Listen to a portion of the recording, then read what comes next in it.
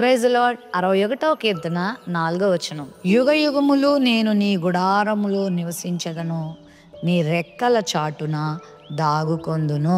దావీదుకి హంసతూలిక తల్పాలు, అంతఃపురాలు, రాజసౌధాలు తాను భద్రపరచబడ్డానికి చాలా విలువైన ప్రదేశాలు ఉన్నప్పటికీ యుగయుగములు నేను నీ గుడారంలో నివసిస్తానని అంటున్నాడు. అంటే అర్థం ఏంటంటే ఈ ప్రపంచంలో భద్రతనిచ్చే స్థలం, సురక్షితమైన స్థలం ఏదైనా ఉందంటే అది దేవుని సన్నిధే.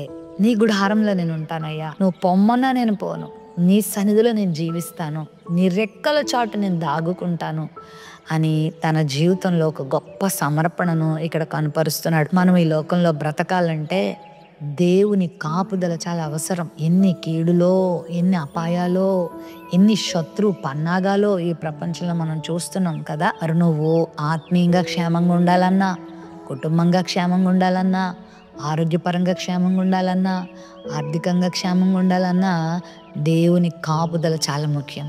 ఆయన రెక్కల చాటున ఎవరు దాగుకుంటారో వారికి భద్రత ఉంది. కోడి తన రెక్కల క్రింద తన పిల్లల్ని కాపాడుకుంటుంది కదా. గ్రద్ద ఎగురుతున్నప్పుడు ఏ పిల్ల కనబడుతుందో ఎత్తుకుపోదామని అది చూస్తూ ఉంటుంది. ఈ తల్లి గమనించి తన పిల్లలందరినీ రెక్కలు చాపి పిలుస్తుంది. అన్ని పిల్లలు వచ్చేస్తాయి ఇంచుమించుగా.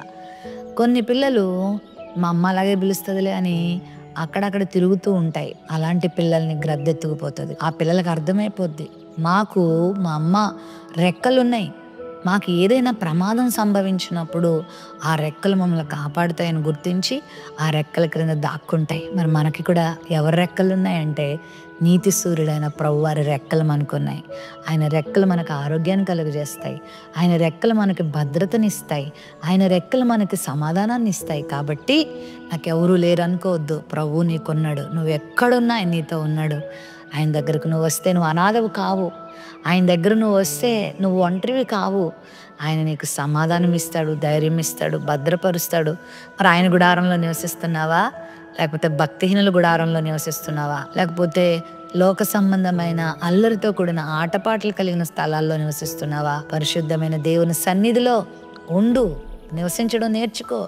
నీ ఇంటిలో కూడా దేవుని సన్నిధిలో ఎక్కువ గడపడం నేర్చుకో.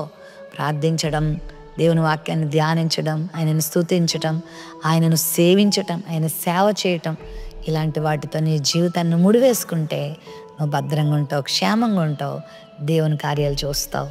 ప్రేమ నమ్మకం కలిగిన మా తండ్రి, ఈ లోకంలో నీ సన్నిధి తప్పితే మాకు విలువైన స్థలము లేదు, భద్రపరచబడే స్థలము లేదు. నీ సన్నిధే మాకు ఆశీర్వాదకరమైంది. మరి భక్తుని వల్లే మేము కూడా నీ గుడారంలో నివసించే వారంగా, నీ రెక్కల చాటున దాగుకునే వారంగా మీరు మమ్మల్ని సిద్ధపరిచి బలపరచమని యేసు నామములో ప్రార్థిస్తున్నాను తండ్రి. ఆమెన్.